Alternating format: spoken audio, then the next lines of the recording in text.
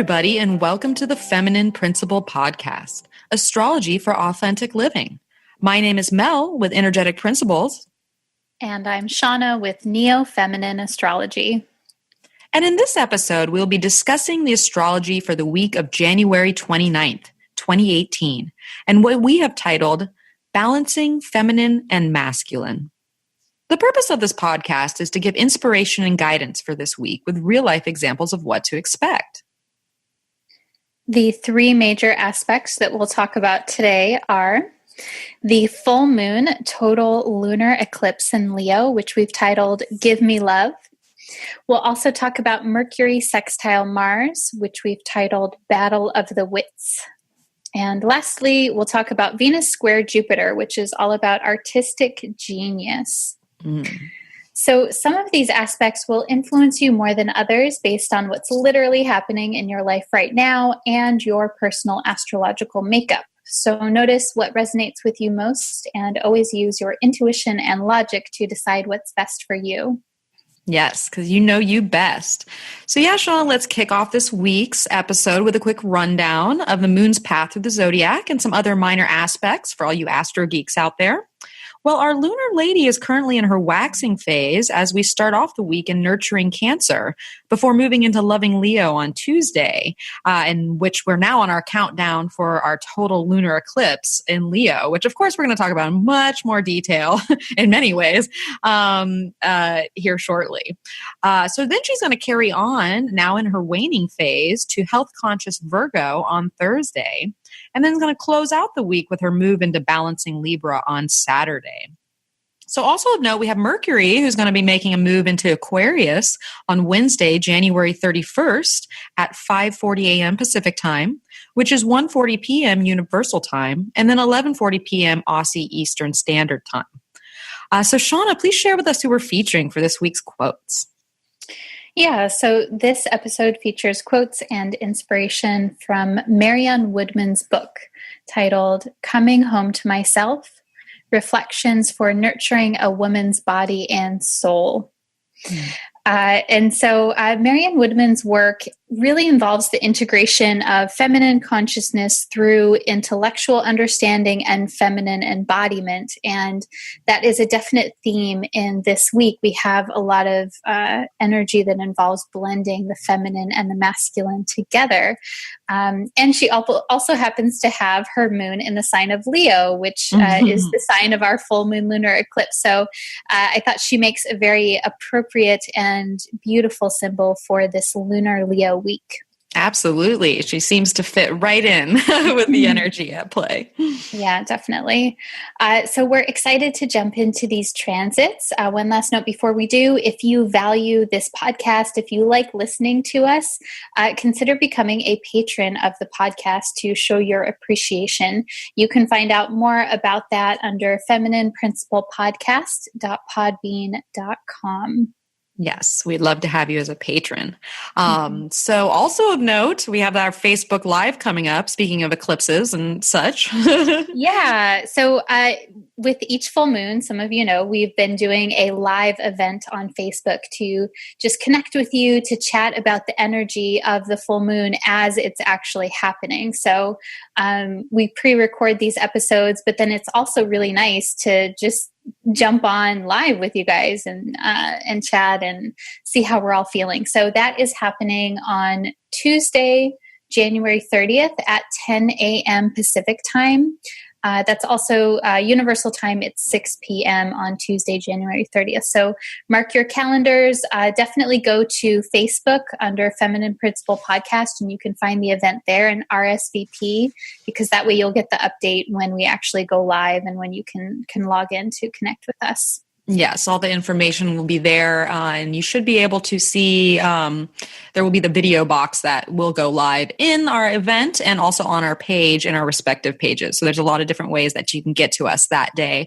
And we hope to see you there because it's always a good time and we love hearing from you and hearing your questions. So let's talk about this eclipse.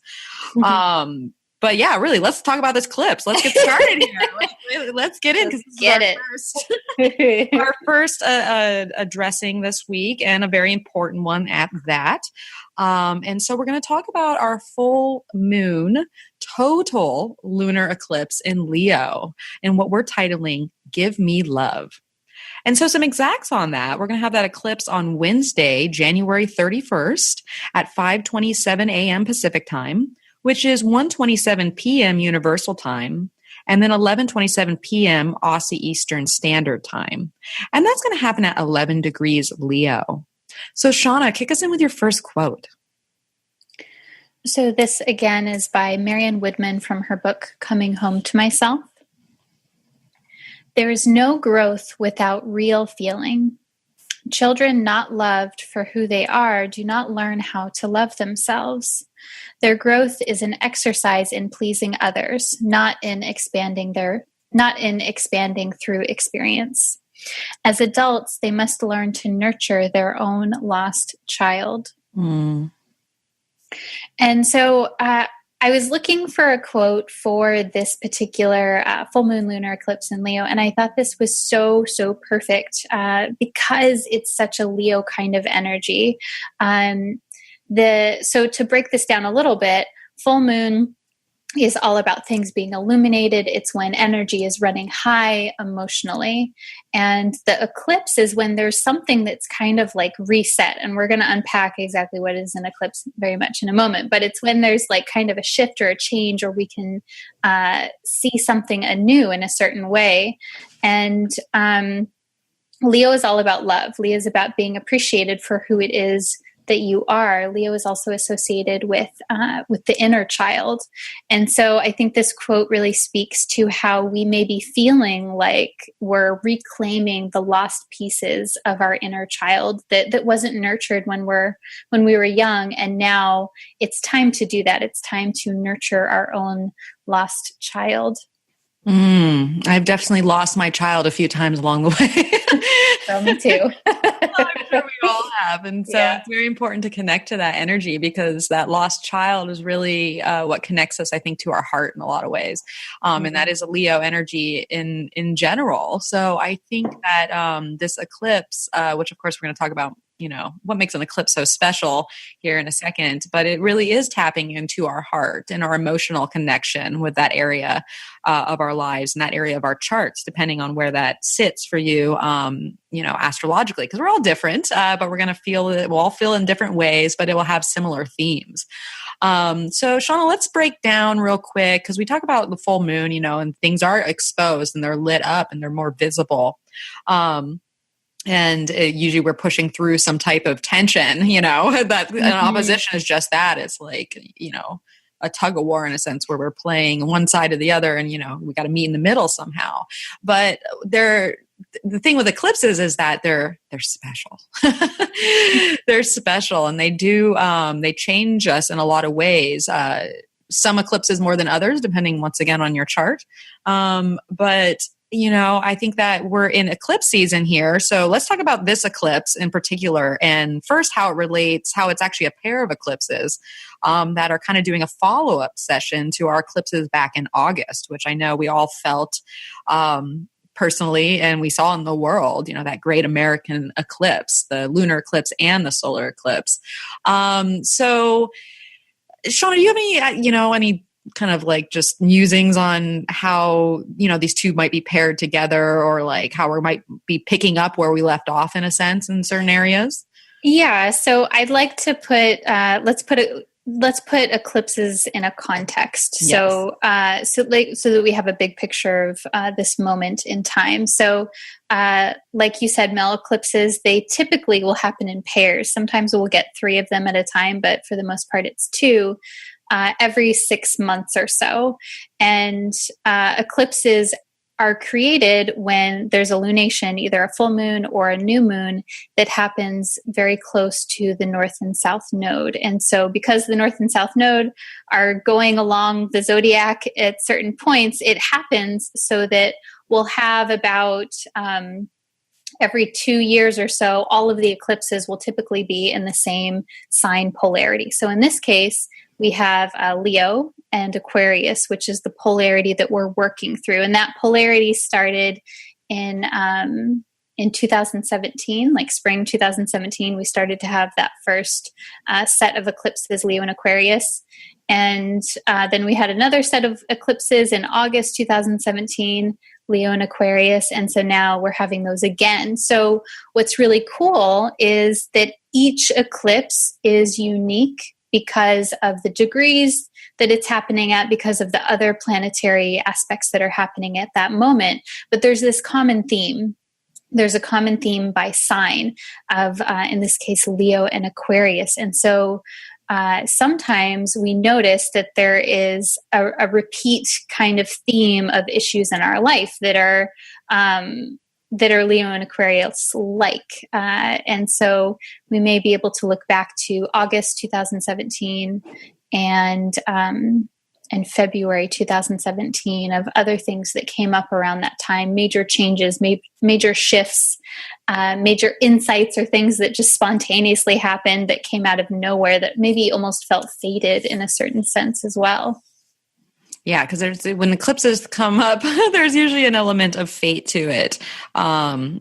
I mean, we always have a free will within that, but certain things happen to get us to new levels of our life and experience. And that's exactly what eclipses are for and why they're so powerful, whether they hit certain parts of our chart in a very dynamic way, or if they're just hitting, certain house polarities. We feel that. And the reason for these eclipses is to bring, new awareness to light, or to release certain aspects and have spiritual shifts in some way. And so this is exactly what that is, this full moon, total lunar eclipse in Leo. It's not even partial, this is one that's close. So, when we get into totality area, that means there's even more of like just kind of oomph behind this, more than normal. And so since we're dealing with I guess we should probably should talk about, dealing with a lunar eclipse and what kind of makes that lunar eclipse, it rolls with that solar eclipse. Sometimes the solar eclipse shows up before the lunar, sometimes it's vice versa, and the situation we're in now. So we're basically having a lunar eclipse before we have a solar eclipse. And that was the same as back in August 2017. So how I feel about that is that the lunar eclipse is essentially more of an internal process that is going on. Like we get eclipsed from the inside out, in other words. And so we're more likely to have like emotional and internal changes that happen in our life, or certain attachments that we emotionally let go of so that we can grow into that solar eclipse that comes along the way.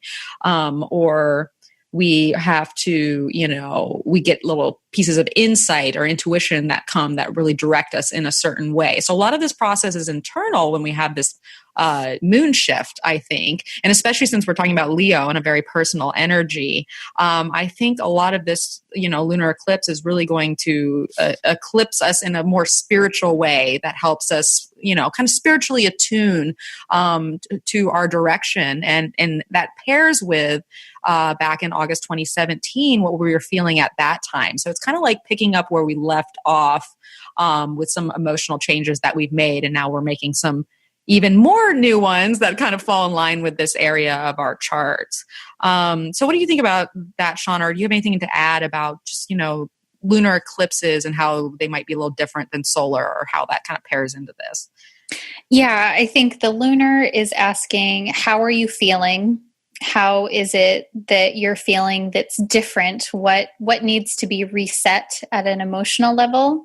In contrast to the solar, which is more about, typically I think with the solar, it's more of an external, something comes to you or something happens in a more external way. That being said, of course, when we feel differently, we typically take different actions. So it's kind of like the chicken and the egg in a certain way, when we change on the inside, our outsides change. When we have change on the outside, then we feel differently sometimes. But at the root, I think that, I would agree that the lunar eclipse seems to start with a feeling more than something that comes to us from the outside.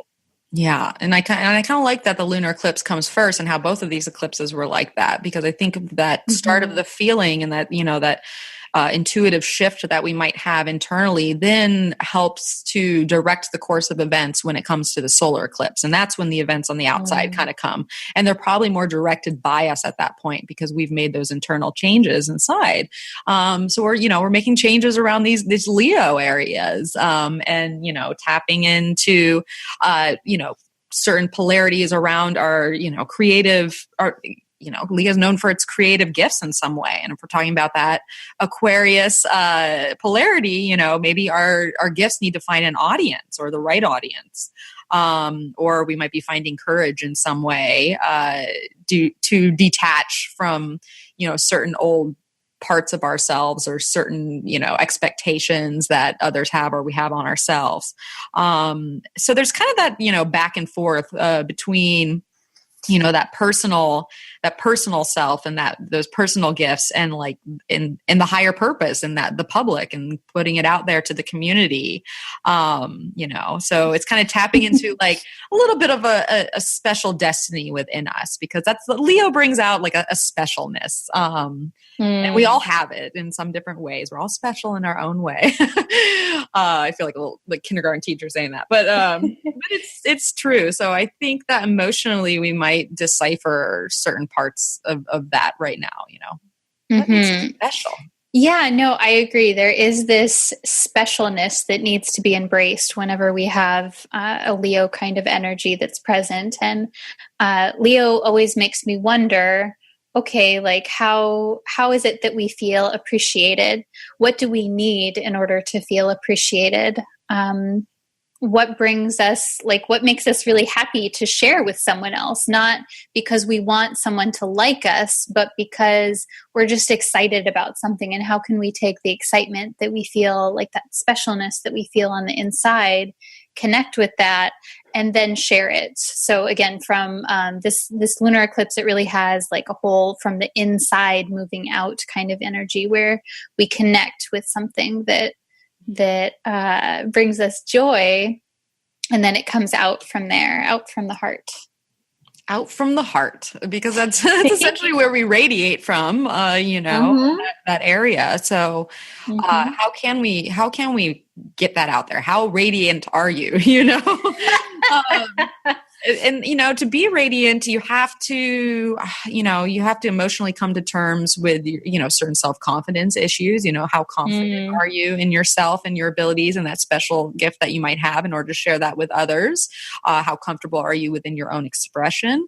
Which is interesting because I think expression and mercurial vibe is really painting this whole eclipse, and that's for different reasons, which I'll go full disclaimer. I'm writing an article about this eclipse, and it's cycle, it's Saros cycle, which puts up this bigger picture of, kind of what ties into this eclipse. So if you're interested in that, that'll be over at my website at energeticprinciples.com. But I'll get into more about, why I think it's Mercury related there. So expression is a very important part of this, how confident we are in able to express ourselves and express our creativity, and express our ego in a healthy way. Because that's the thing too, is we're dealing with a polarity. So that means there has to be some type of balance. There has to be some type of meeting in the middle. And so how can we be our fabulous, vibrant selves and then be able to communicate that with others in the community without it being all about us? Because that's the thing, when Leo gets involved, the downside is you can find yourself in an egocentric type of situation. And since we're talking about emotions, they're not perfect and that's what makes them beautiful in a sense. So just know that, we're talking about an opposition. So there could be some rougher stuff to work through during this time emotionally. Yeah, I think that's a good point, Mel. And this lunar eclipse really does have this whole element of like how it is not just that we express ourselves, but how do we fit into our community? How do we connect with people? How do we connect with our tribe as we're doing that? I think that because whenever I think of Leo and Aquarius, I always think of tribe. Because Leo is about wanting to be accepted and be appreciated. Aquarius is about wanting to connect with community. And when we don't feel connected to others, there is a certain sense of like emotional trauma that we can feel, and that creates that disconnect and that like emotional coldness that can sometimes happen when Aquarius energy is around. And so like already that, and then also we have Venus, which is pretty close to the South Node and pretty close to this lunar eclipse. So I'm curious how you see that, Mel, with Venus being in the mix there also. Well, it's interesting. Especially because we have Venus square Jupiter this week, that's pairing with it. So essentially that energy is forming during the formation of this eclipse. And I think that might be pushing us in certain areas of relationship to look at things, in a broader sense of our growth, which we'll talk about when we get to that aspect. But I think that Venus being there, and it's kind of a loose, it's a loose conjunction and opposition, because we've already had our, Venus Sun conjunction, and Venus has moved on. But the beauty of that is I think that Venus is kind of leading it in a sense where we can open up to certain things more, and we have a softer side of ourselves that might be able to be expressed at this time, because essentially, the sun kind of falls behind that. I actually really like the way the planets are set up for these eclipses, because we have Venus kind of leading the pack. We have the sun there, and then we have Mercury that's still in Capricorn, which it's kind of nice to have Mercury falling behind, because if Mercury's ahead, that means we're kind of thinking and we're doing all that, and then then we're like aware and receptive after the fact, and you're like, oh wait, so it's kind of nice that our mind is behind here, and we have that more kind of feminine energy leading the pack. And speaking of feminine energy, and we won't get into it much here, but just as a note, with this lunar eclipse, we actually have Ceres, which is CERES. It's an asteroid that's known for kind of a feminine archetype and the nurturer. It is exactly conjunct the moon when we have this lunar eclipse. Oh, it is. Holy moly. Yeah. So there's a flavor of the feminine in this eclipse, I think, which is very appropriate considering, how much we just had our Women's March the other week. We talked about Oprah's speech last week. There's just feels something about this eclipse that is really tapping into the greater feminine, which of course we're going to be talking about because we're the Feminine Principle podcast. So we're excited about this.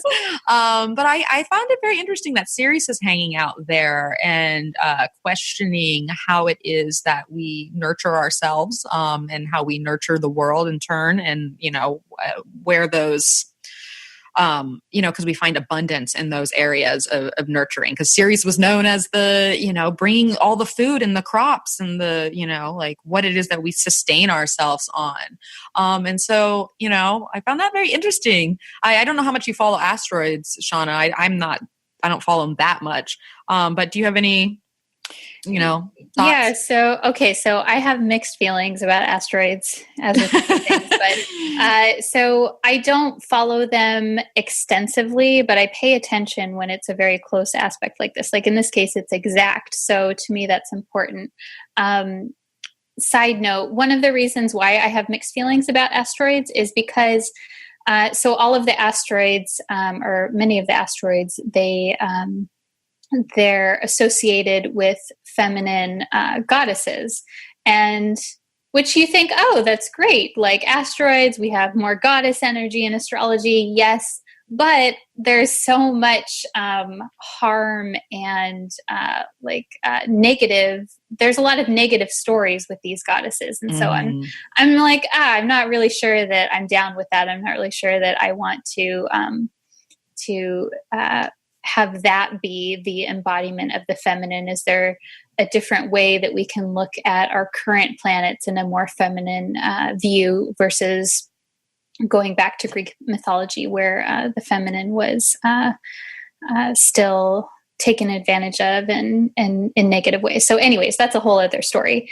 But with this, so Ceres is related to nurturing and like this motherly kind of instinct, and also like literal nourishment as well. And so it makes me wonder if that's at play here. That seems to go really well with the Leo energy. Like, okay, how is our heart nourished when we feel appreciated? How do we nourish ourselves? How do we, like the moon is also very much about emotional nourishment. And so I think those kinds of things may be coming up. The other thing with eclipses in general, too, is you can think of it as kind of like things coming in, things coming out. And I have a sense with this lunar eclipse that it may be more things going out versus things going in, because the full moon typically has more of this sense of like an exhale happening after it. So I'm wondering if there are things that don't nourish us that we're releasing, things that are kind of like an excess that we can be like, okay, I can make peace with this. I can let this go. This does not need to be in my life any longer. Yeah.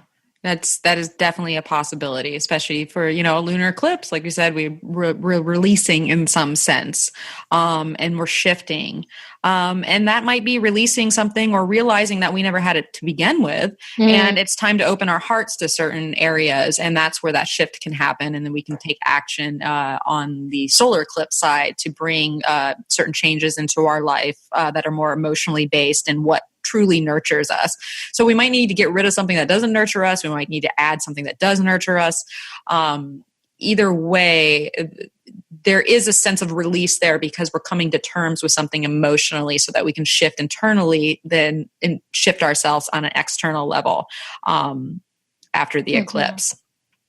So yeah, I think there is, and I totally agree with you on the, there's certain women got a bad rap in a lot of different ways, but that's the thing here is that we can take those stories and we can reinvent them. We don't have to just scrap it all together because this is part of our history. How do we make, how do we change that perception of the myth? Because I think how we got the myth in the first place, or even and the thing is with myths is like, it's just that, what we see the myth today might have been a total different connotation, 2,000 years ago, like 30,000 years ago. We don't know. It's like playing the telephone game. It's like, Susie said this on this and that. And then all of a sudden Shawna said this and that. And, by the time it gets back, you're like, what?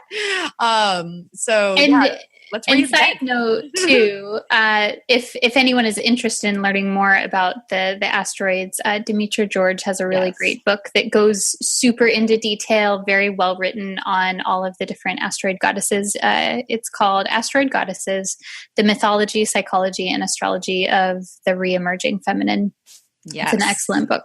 Yeah, it's sitting right next to me right now. You're like reading, I turn over, I'm like, hey, there it is. Yes, so definitely check her out if you're interested in that, because I know there's a lot of astrologers or people interested in astrology that are about the asteroids, because there are relatively newer discoveries in the term. It's funny, the mythology behind it's old, but the body itself is rather new in our awareness. So it's kind of a weird dichotomy. But I did just want to throw in one more thing here, and we do have to kind of hurry through this segment, but it's so much to talk about. And we'll be talking about it on our Facebook Live. We're going to go even deeper and talk about get your questions and all that too. So be sure to show up for that. But I do want to throw in the Sabian symbol real quick because it's always interesting. And I find it interesting because for me, this eclipse is happening directly on my Mercury-Jupiter conjunction. So this, I'll get back to you on how all that works out. But so I find it interesting, reading my own symbol here in a sense. And so it's 11 degrees and some change. And so we're going to round up to 12 degrees Leo. And the picture painted for this is an evening lawn party. Oh. Yes, it's very regal in Leo theme here. And so the key word is companionship and the theme is feedback. And it really plays into the idea of socializing and camaraderie with other people, and to really kick back and have time with friends, and sharing your accomplishments and your ideas. It's like the idea of a garden party that's kind of with well-to-do people. It's like, I'm talking about, this I have accomplished, or check this out, or and the whole idea is that we develop these relationships and this downtime and this like mulling it over with other people so that we can, of course, have interchange and get some feedback, and then get also recognized for what it is that we've accomplished, or that appreciation for a job well done, which, Leo is always looking for. It's like, hey, over here, tell me I did a good job. And so I found that very kind of relieving in a way, like just because it has a lightheartedness to it, more so than this, like our first quarter, it's like the widow at an open grave. You're like, good Lord, come on. So there really is an opportunity here to express our appreciation for other people, because that's very important, and their achievements, and being encouraging and supportive with those that are around us, and developing some sort of social maturity, to how we work with other people, versus the risk, and can fall in that Leo zone of like being, bragging about things, or being like, I'm so virtuous in this area, so we have to just be careful that we're not like trying to one up everything in our lives, because that's kind of the downfall of this degree. So Shawna, what do you think about the evening lawn party and this like exchange and encouragement of other people? Yeah, I love that. I think it goes really well with the theme of tribe and connecting with people, and it makes me think that we're encouraged to luxuriate in the company of others, and luxuriate in praise that we receive in enjoying our accomplishments, but then also celebrating the accomplishments of others as well. Yes, because that is important. So I just thought that was a very nice symbol to kind of kick around and work with. Definitely. So that being said, let's talk about the tarot cards here. All right, so I drew the Devil as the focus and the Sun or Knight of Swords as the grounding. And of course, I was taken a little back. Whenever the Devil shows up, you're like, what did I do? Or what did I not do, rather? And so I found this an interesting pair, especially since there's kind of a mercurial flavor. And we were just talking about socializing and sharing, expressing, our thoughts and appreciation for others. And here we have the Devil and the Son of Swords together. And so I think this pair really kind of taps into developing, awareness around how we communicate with others and ourselves. Do we feel restricted in some way in our expression? Or do we need a little more restriction? Because that's the thing with the Son of Swords. And I think he appeared last week as well. You can kind of just go all out there on a limb and be just a little more forceful than you care to be, or maybe you do care to be that. I don't know. But I feel that part of this eclipse has us looking at our communication skills and how effective they are in our lives. And so that's just one way of looking at this, but I'd love to know what you think, Shawna. Yeah. So, okay. It's an interesting combination because the Devil, so I don't see necessarily the Devil as a negative card here. I mean, there's many different ways to interpret it, but the Devil, it's really about being restricted. It's about bondage. It's about being, it can even be like addiction and things like that. It's when you're tied to something.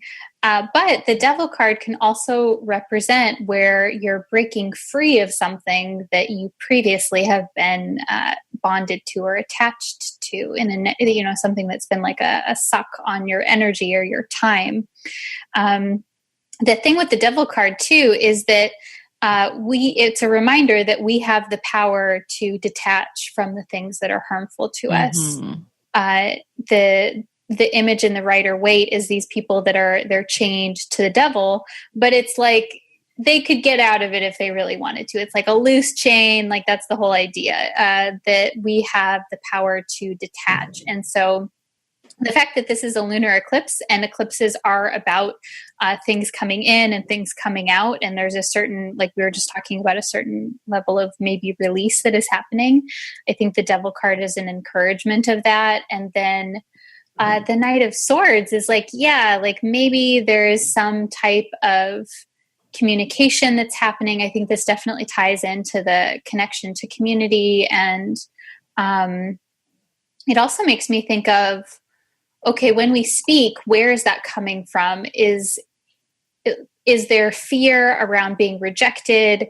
Are we cutting off others so that we don't get hurt and that kind of thing? I'm wondering if that's something that may come up. How can we move forward and interact in a way that is vulnerable, but that is not detrimental to us at the same time? And I think there's a lot of nuances in that because relationships are complicated. But those are the things that come up for me, is that there's a certain level of freedom that can happen, especially when we're mindful about how it is that we connect and communicate. I think that's a very good point, because we have to remember that our full moon in Leo is basically represented by the sun in Aquarius, because the sun rules Leo. So that's still, that Aquarius side of things is still very prominent here. And when we talk about Aquarius, a lot of times what Aquarius might struggle with are, other people's expectations of them, or your expectations of yourself in some way, So I'm wondering if the devil here, because I think that's totally true, Shawna. We are able, when this card shows up, it's not like that we're stuck here. It's more like, let's be aware of the fact that we may be sticking ourselves in a way. And so I'm wondering if part of the devil being the focus is, maybe we're enforcing a narrow perspective, or are embroiled in some power struggle in our lives, based on what it is we expect out of life, or others' expectations of us, and vice versa. So I'm just thinking, because we do like to look at the high side of everything, but I also am looking at a very dramatic moon. That's the reality here.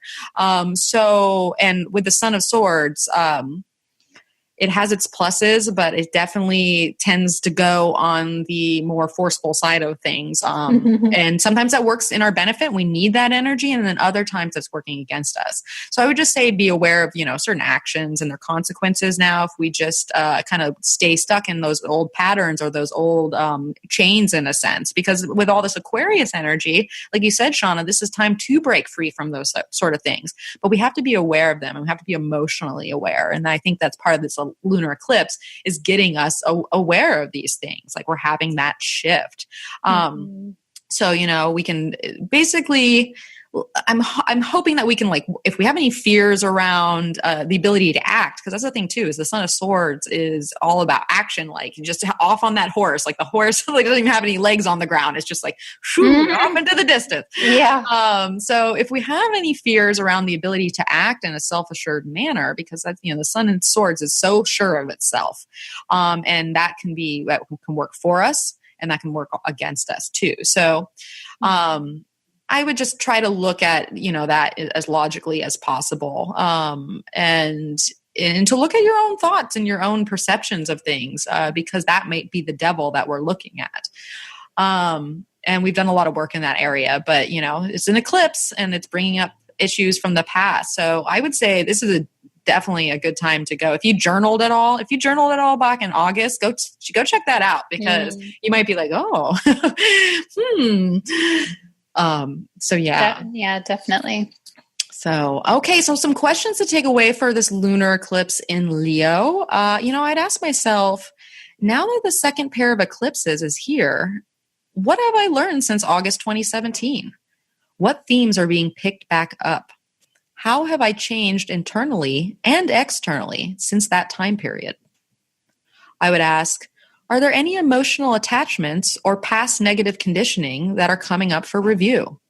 Can I develop a greater awareness to how these outdated aspects of myself affect the current me I want to be? And then lastly, I would ask, how responsive am I to my emotional needs? Am I feeling those needs met by those that are around me? Can I open up to new ways of communicating to myself and others the love that I need? Nice. So, all right. So let's move on to our next talk about, okay. And so maybe this is why it's a little mercurial, this eclipse energy, is because we also have Mercury, who is going to be in a sextile aspect to Mars. And both of these energies have just moved. We have Mercury now in Aquarius, and we have Mars in Sagittarius. And we are titling this The Battle of the Wits. And so some exacts on that. That sextile will happen on Saturday, February 3rd at 7:58 a.m. Pacific time, which is 3:58 p.m. Universal Time. And then Sunday, the 4th at 1:58 a.m. Aussie Eastern Standard Time. And once again, that's going to happen at 4 degrees Aquarius and Sagittarius. So Shawna, kick us in with your next quote. So this again is by Marianne Woodman in her book, Coming Home to Myself. Positive masculine energy is goal-oriented, has the strength of purpose to move toward that goal. It disciplines itself to make the most of its gifts, physical, intellectual, and spiritual. It attempts to bring them into harmony. It learns to hold the tension between a firm standpoint and a surrender to the creative feminine within. Mm-hmm. And so I like this a lot for this aspect because, number one, Mars is typically associated with masculine energy. Mars is our ability to act. It's what it is that creates this fire underneath us to move forward with something and to take action.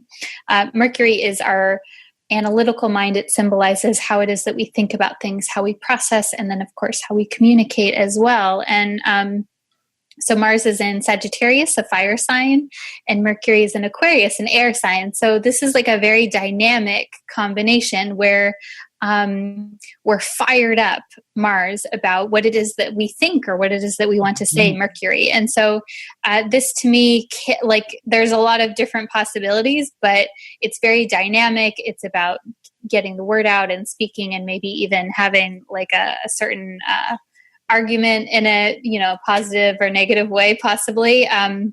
But I think it definitely requires that we use our masculine energy, that we use that sense of purpose and moving towards a goal to allow for the surrender that's happening with the lunar eclipse.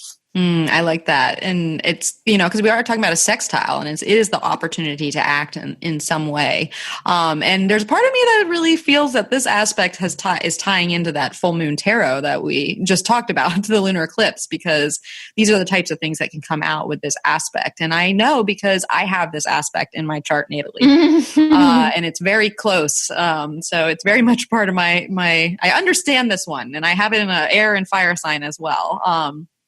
So I can definitely connect with this energy. And you're right, Shawna, it does give you that, it kind of gives you that oomph you need to speak what it is you have to speak, or do what it is you have to do, and just get out there and feel passionate about it, and so when you're pairing that Mars passion with that Mercury able to communicate that to others, what happens is if you're not normally like this, this is the aspect that's going to give you that opportunity to speak your mind in certain ways, or to make connections or communications with other people or groups or whatever, because we are talking about Aquarius. Mercury is now in Aquarius, and it has that more innovative kind of unique energy that we are innovating our minds in a lot of different ways when Mercury moves towards this part.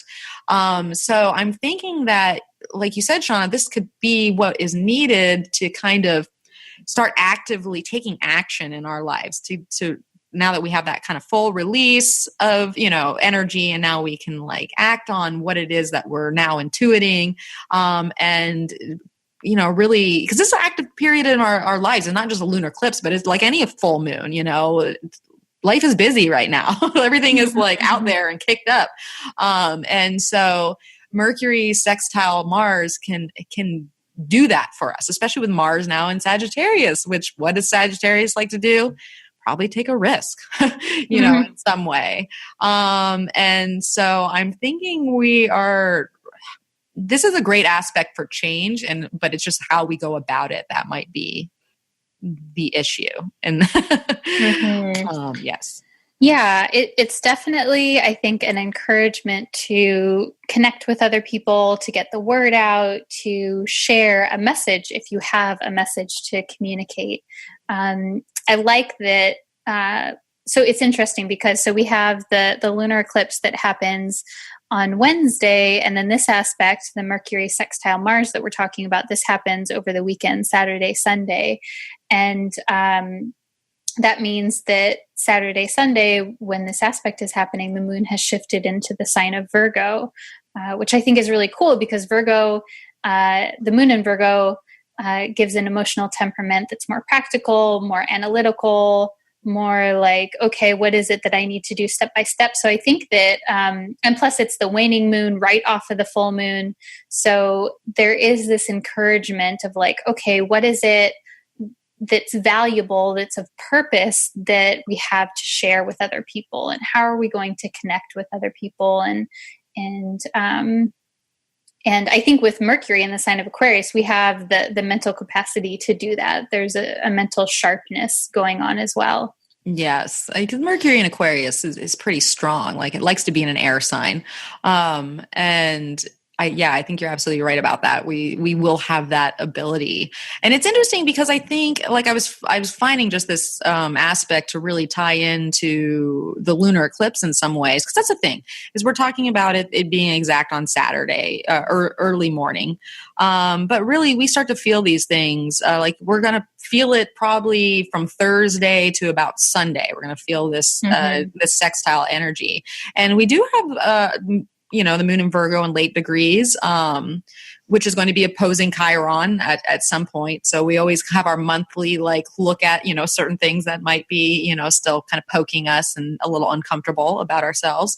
And I think that I feel like this aspect, because it's so close to Venus square Jupiter, which we're going to talk about in the next segment, I feel like this aspect might come into play a little more on the separation side, because once we get to, we're basically, the moon is going to move into Libra, and then, in late Saturday, early Sunday, and it's going to square Saturn. And I think that a lot of the energy of the week is going to come kind of when we get to that Libra point. Just because, every time the moon gets to Libra in the month, we do a little bit of rebalancing. We kind of juggle some things out. And so I think this weekend we're going to be balancing around that, what it is we have to share with other people, what we have to, how we have to express ourselves in some way.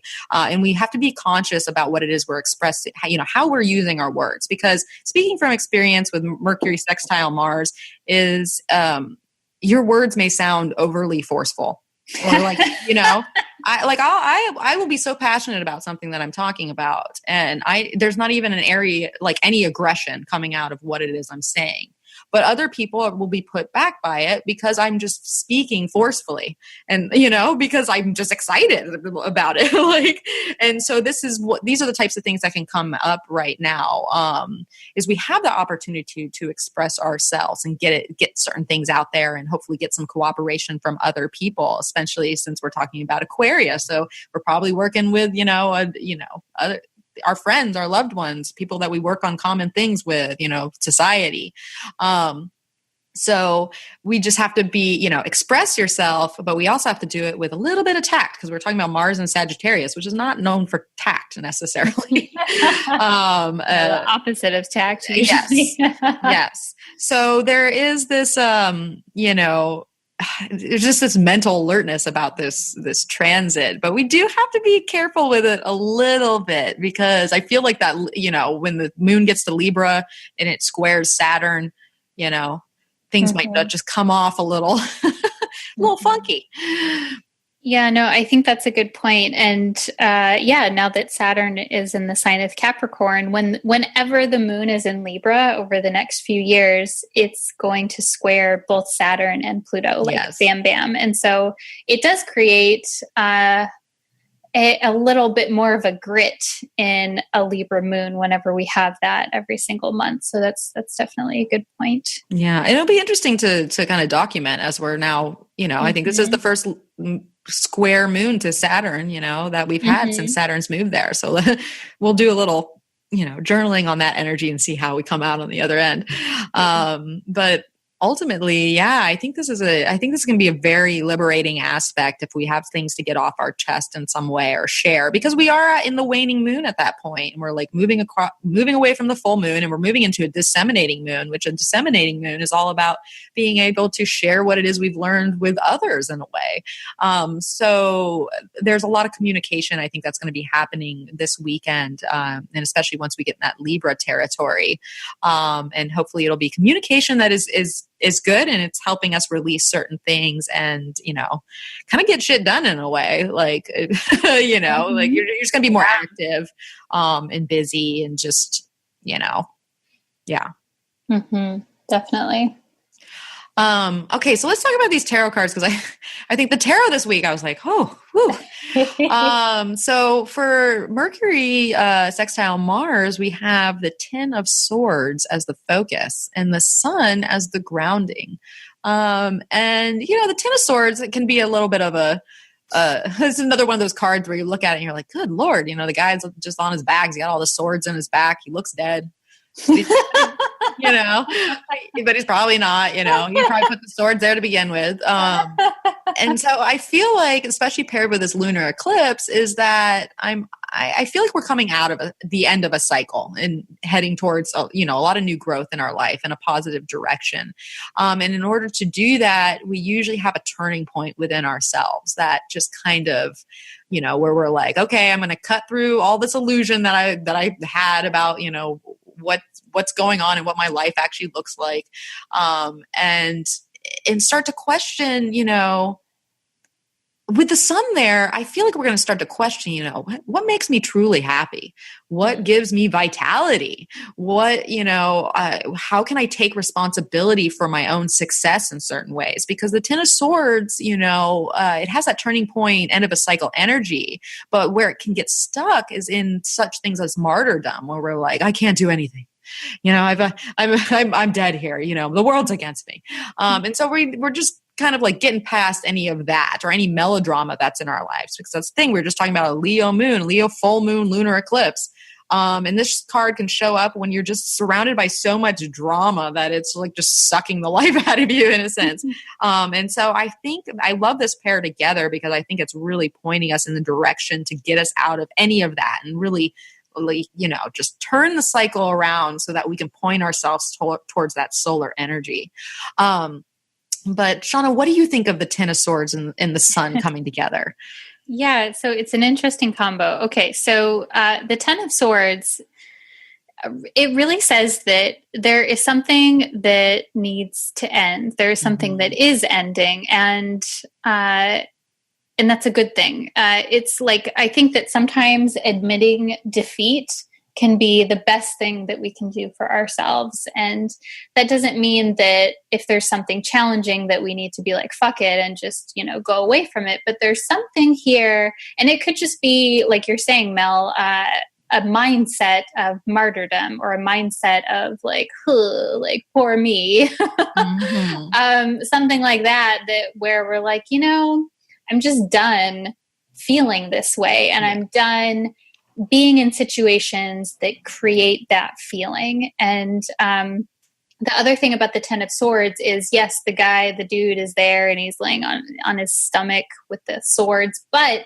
there's also there's the dawn in the background. There's the light coming in the background. And so it's kind of like, it makes me think of maybe this week we experience a situation that's like the straw that breaks the camel's back. And it's the last thing that's like, okay, you know what? No more of this. This is too much. And then we move on to the Sun, and the Sun is, it's encouragement for optimism. It's encouragement that the new light is coming, and that there is support, and there's encouragement there for us. I absolutely agree with that, Shawna. And that's the thing. The Sun is the light, right? I mean, it's the light from which we all live upon. If we had no sun, we would not be here. And so when the sun shows its face and the light is, in the light arrives, it's directing us to a sort of liberation. And the idea of the Ten of Swords is that, it's just that. It's when we hit rock bottom, in a sense. And there is no way but up from here. And so, like you say, with that kind of light shining in the background, it's like we're at the bottom of a well and we see above us, we just see the light shining. You're like, okay, I'm stuck here forever. I can get out, but I have to change certain things of how I got here in the first place. And those are those old patterns of behavior. Like when you just do something over and over, or you let something be done to you over and over, and it's just like you're like just basically lie down and die, and it's like, no, come on, get back up. Let's do this. Let's head towards the light, because I think we're just having realizations right now of where things just need to turn around in our lives, The thing too is that, if you do find yourself in the kind of that martyrdom place, and the sun being there, because the sun is kind of the center of our universe in a sense. And so the sun kind of has that quality to it. It's good to realize that we aren't the center of the universe, because that's the thing with Leo this week, how much you revolve everything around you might be the reason that you're stuck in this situation to begin with. So that's just something to kind of look at too. But I really feel that these two cards together are just, turning a page on our book, and it's just shining a light of awareness on how we can just move forward. Definitely. All right. So some questions to take away from Mercury sextile Mars. I'd ask myself, with life speeding up a bit this week, what innovative thoughts or communications are calling me into action? Are there any breakdowns or breakthroughs pushing me to turn a new leaf? I would ask myself, with decisiveness and honesty in the air, can I use this time to take the initiative and pair my future-oriented mind with purposeful action? Can I express myself and my ideas with confidence in order to get others on board? And then lastly, I would ask, is there anywhere I need to take a stand? Whether it's within my own self or with others, can I use my wits to communicate clearly what new growth I want to see? Without beating a dead horse, can I make my point and move forward with my life? So, nice. I know I laughed at the dead horse. That's the thing with Mercury sextile Mars. It can go forever. Oh, all right. So let's talk about our last transit here. Last but certainly not least, we have Venus, who is in Aquarius, who will be squaring Jupiter in Scorpio, and what we are titling Artistic Genius. So some exacts on that. That will be happening on Saturday, February 3rd at 10:07 p.m. Pacific time, which is Sunday, February 4th, 6:07 a.m. Universal Time, and then 4:07 p.m. Aussie Eastern Standard Time. And that square is going to happen at 21 degrees Aquarius and Scorpio. So Shawna, kick us in with your last quote. So this again is by Marion Woodman from Coming Home to Myself. Feminine consciousness is the transformative energy that can contain the energies of matter and, through the fire of love, connect them to the energies of the soul. And so I liked this a lot. So, so Marion Woodman, she talks a lot about feminine consciousness being this blend of feeling and connecting with matter, connecting the body, the sexuality, and then also the feeling senses, and then that connecting to the mind as well. So it's like heart, mind, body, all transforming together, and that is really the ultimate feminine consciousness. And I think that so often when we talk about Venus, when we talk about femininity, there's a tendency to see that energy as passive, and nurturing, and to just kind of say that's all that it is. But when in reality, there's so much more. There's fire there, there's heart, there's soul. There is this dynamic and curious and playful energy to feminine as well. And so I'm wondering if we might be feeling a little bit of that dynamic and playful kind of energy with this aspect, because we have Venus in the sign of Aquarius, which is an air sign. It's more dynamic. It's about connecting. And it's Venus in Aquarius is less about nurturing, and it's more about like the excitement of connecting and the spontaneousness of connecting with other people. In square to Jupiter magnifies this. Jupiter's like, okay, yes, I want more of that, and I'm hungry for it. And it's a square, so there's a little bit of tension with the square aspect. And so this really, to me, feels kind of like, again, a dynamic and transformative feminine energy. Yeah, I agree with that, especially with the cards that we picked for this, but I'll get to that in a second. It's funny how this all kind of piled up together in the weekend after this lunar eclipse, because, Venus square Jupiter, we're talking about two benefics here, and they, like, even when they're in a tense aspect like a square, because a square causes some type of challenge or some type of friction in our lives. It's usually not a friction that is, felt as strongly as, say, like a Mars square Saturn or something like that. So there is this feel-good aspect, I think, to this, where we can open up to, like that socializing and the new, new people in our lives, or just kind of those Aquarian, like, let me just get out there and like just kind of be open and detached in my relating style in some way, and just have a good time here. And so I feel like, especially since the moon will be in Libra at this point, which is basically Libra represents Venus. So I think that part of this weekend, especially after we get past that square of Saturn that we might challenge us and to begin with, by Sunday, we're probably just going to be like, I just want to have a good time. Come on, this week's been enough. Like, let's just chill. Let's get together with some friends or a group that I'm in, and just, get in there and just have, an active social life in some way. Yeah. And I think, so to define what a benefic is, a benefic typically is looked at as a planet that brings something that is opening, that brings growth, that typically has a positive connotation, versus Saturn is a malefic because typically it brings challenge or restriction in some way. And so this aspect is totally like Venus connection, Jupiter growth, expansion. Like there's a lot of, it's a very open kind of energy. And I think that this combination too, Jupiter and Venus together really reminds me of a love for novelty, a love for like experiencing new things and trying new things. And I don't know, Jupiter's in Scorpio, which loves deep things. So I wouldn't normally say that, I would normally see this combination as being a little more geared towards like sampling and novelty and kind of like more superficial things, like more just like having fun. But maybe there's more richness there because of the signs that these planets are in.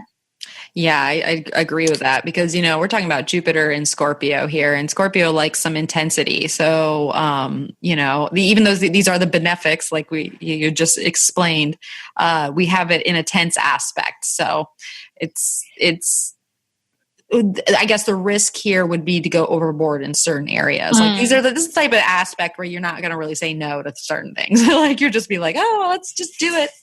Mm-hmm. Oh my God, that's hilarious. My cat is chasing birds and just fell flat on her face in front of me. It's so cute. Scared the bird half to death. But anyways, that was funny. Okay. So, so I'm wondering with Venus square Jupiter, if there's, especially in those signs, we might not, how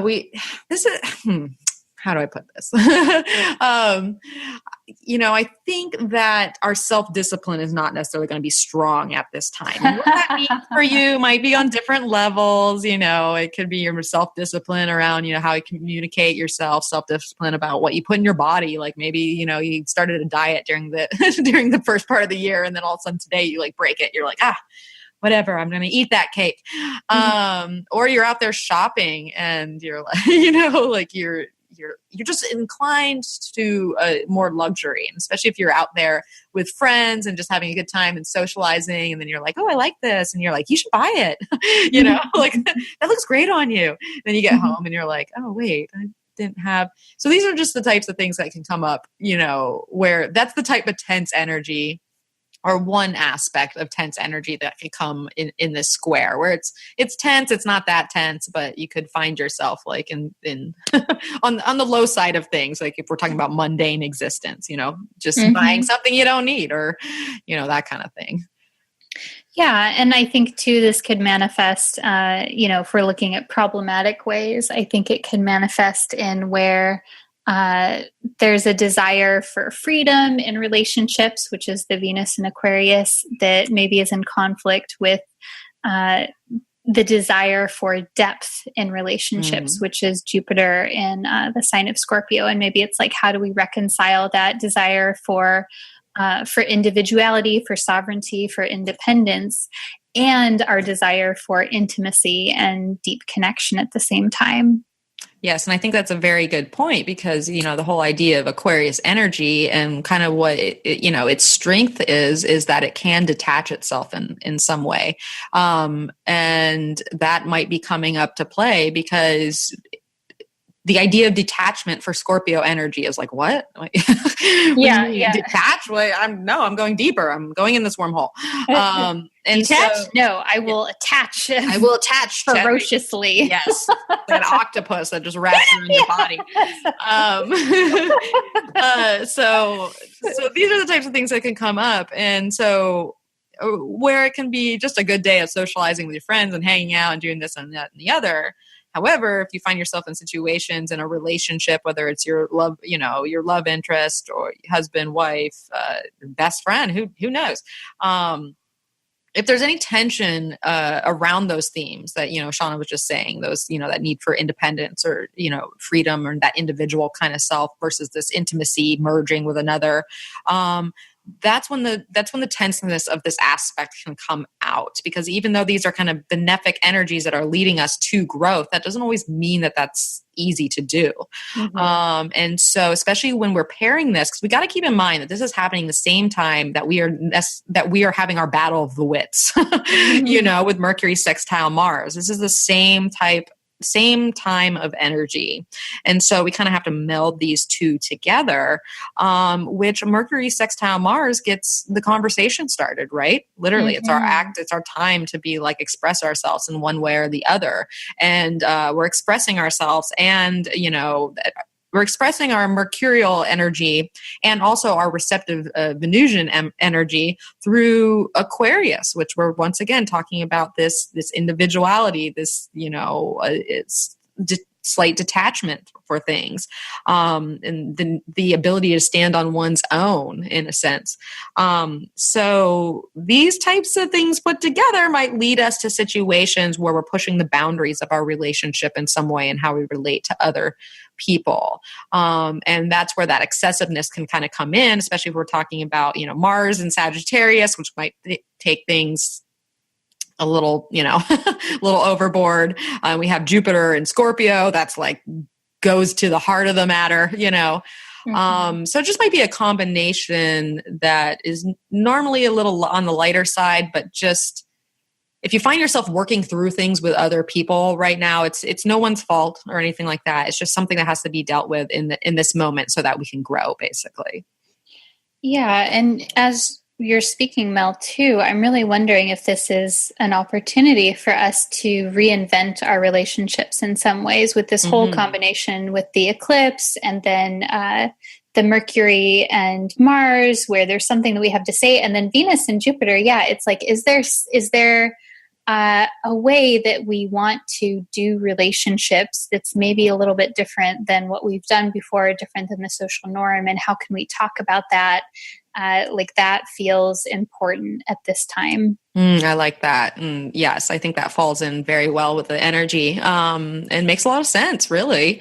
Because, with Jupiter and Scorpio, we're constantly pushing the boundaries in our lives. And this is just another boundary that we are re-examining in some ways, and we just got to talk it out. We got to work through it. Depending once again on your chart, how well these tie into your own placements will be how, strong you feel this. So to one person's shopping spree might be another person's deep down conversation with a loved one that puts them to the next, so you'll just have to see where you end up on that. So let's talk about some of these tarot cards because they're really playing into that and maybe deeper theme that we were just talking about. And so for Venus square Jupiter, I drew the Wheel of Fortune as the focus and then death as the grounding.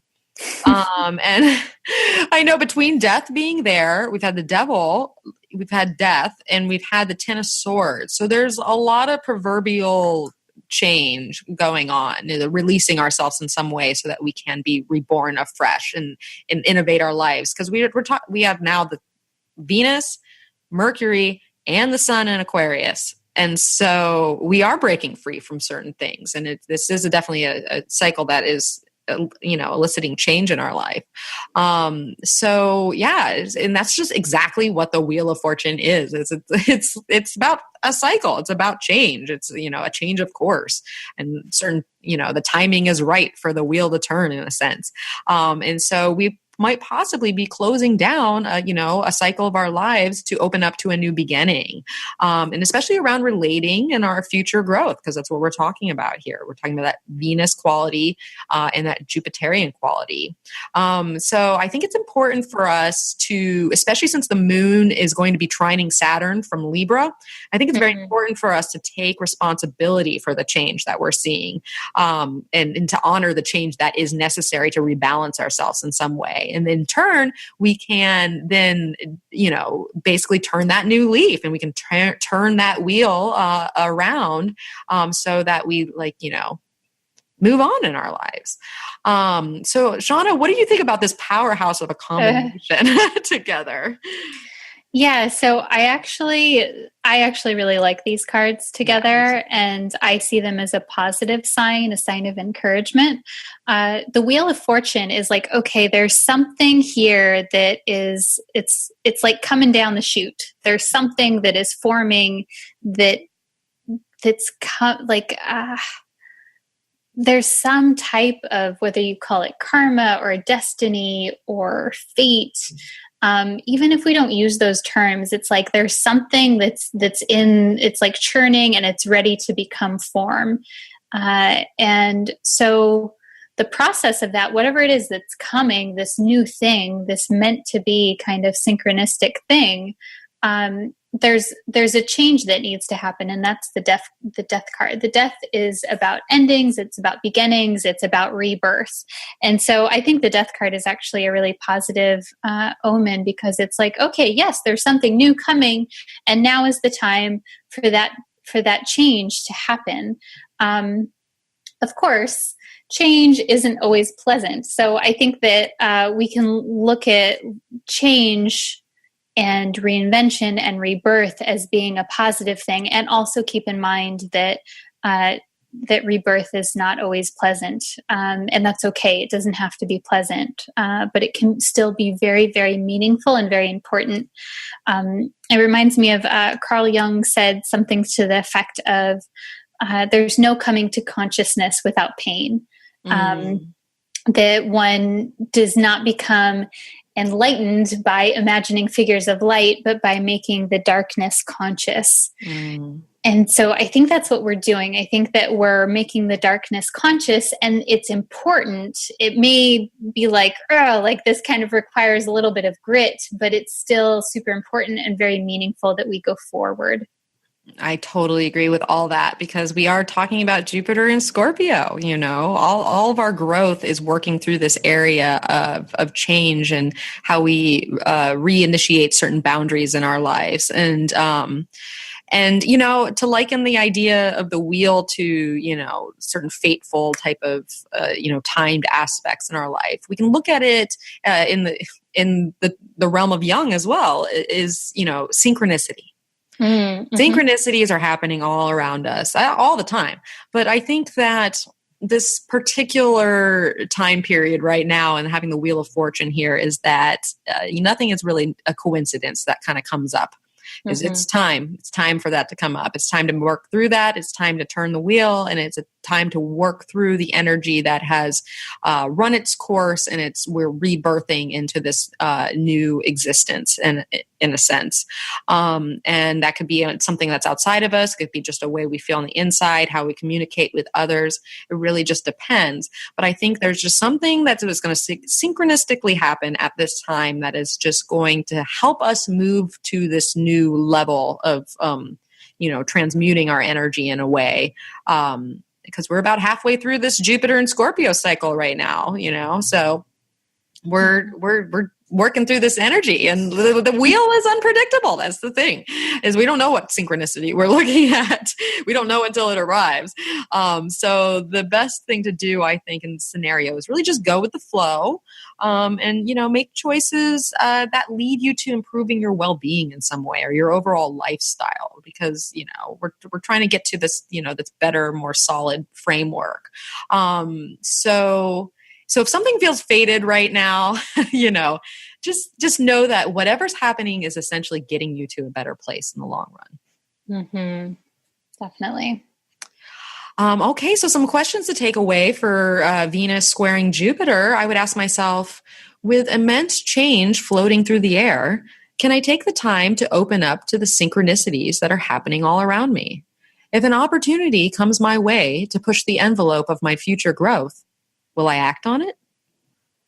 I would ask, with self-discipline not at its strongest, will I take the time to carefully consider any luxury that may be calling to me?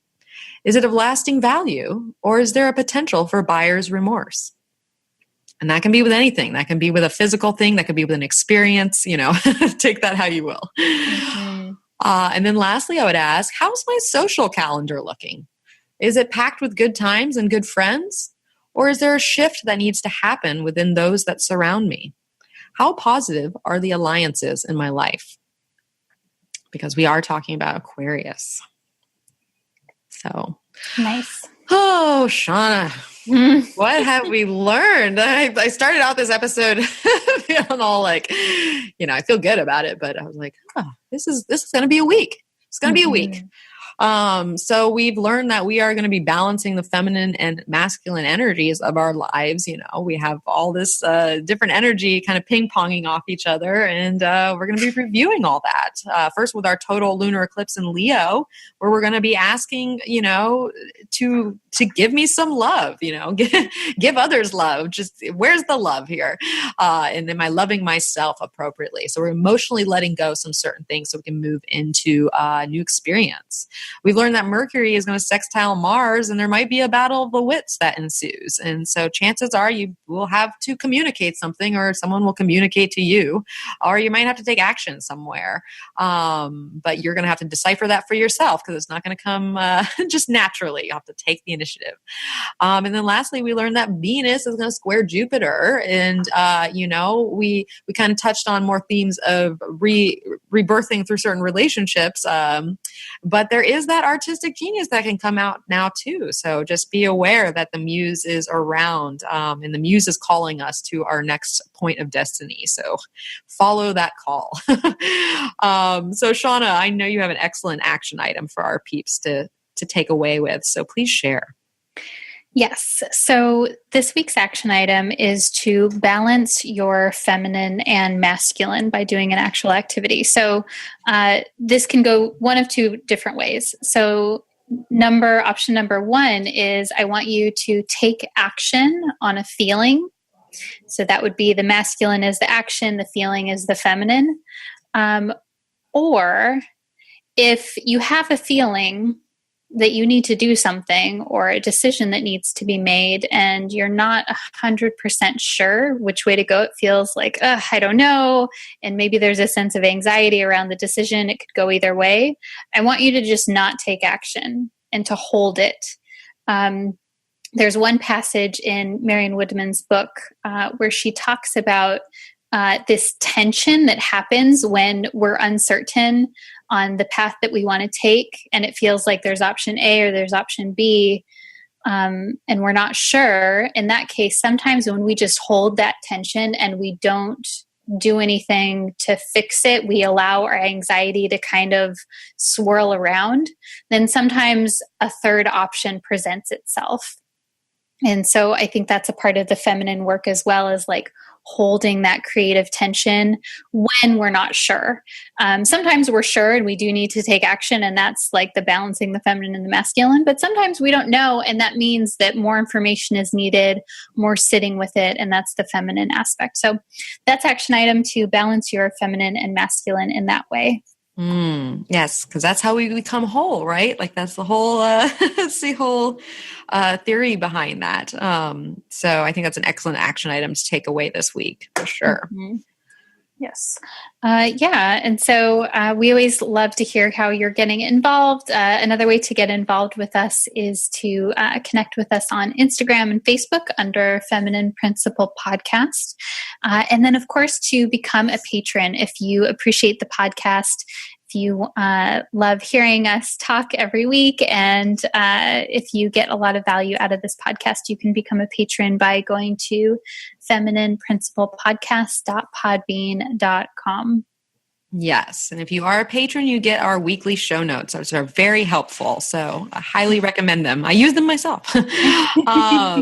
So, and also we have that full moon live. If you're listening to this, you might be listening after the fact and you can watch the replay, because I know we're getting a little close to the event itself. But if you're hearing this early, just do know that we're going to be on Facebook chatting it up about this eclipse on Tuesday, January 30th at 10 a.m. Pacific time, which is 6 p.m. Universal time. And then for our Aussies on Brisbane time, that is 4 a.m. Over down under. So mark your calendar. We hope to see you out there. And if you can't make it, stop on by and check out that replay. Mm-hmm. Yes. Okay, so where can you find us? Well, you can find me at energeticprinciples.com, and you can also find me on Instagram and Facebook at Energetic Principles.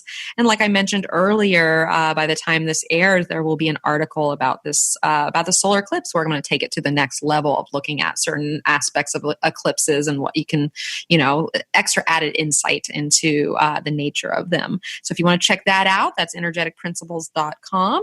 And also I have my daily astro alerts that happen on my Instagram at Energetic Principles. So if you want to know what's happening in the now, come on over and check out my story feature.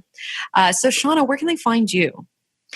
Yeah, you can find me on Instagram, Facebook, and YouTube under Neo Feminine Astrology. And something that I'm offering for this week is I will, as always, have a guided meditation for this full moon. So you can find that on YouTube is the best way to look that up. And I did your last full moon. No, I think it was the new moon. It was a moon. Oh, it was great. I was just in it. I was in it. Yeah, so I recommend everybody checking that out. I love making those. I do one for every new moon, every full moon. So yeah, you can find that on YouTube, Neo Feminine Astrology. Yes. So, all right. So another impactful week in our lives. I feel like we're like the soap opera, The Days of Our Lives in this episode. So, all right, Shawna, any last words for our listeners this week? Yeah, sending lots of love, and appreciate everyone for all of the listening and subscribing and rating us on iTunes and Facebook. Totally appreciate that. Thank you guys. Yes, because we totally appreciate that involvement, and it helps us get out there to more people. So please spread the word if you like what you hear. Mm-hmm. All right. So I'm wishing everyone a fabulous week as well. And we thank you so much for tuning in. So until next time, may the stars be with you. Namaste.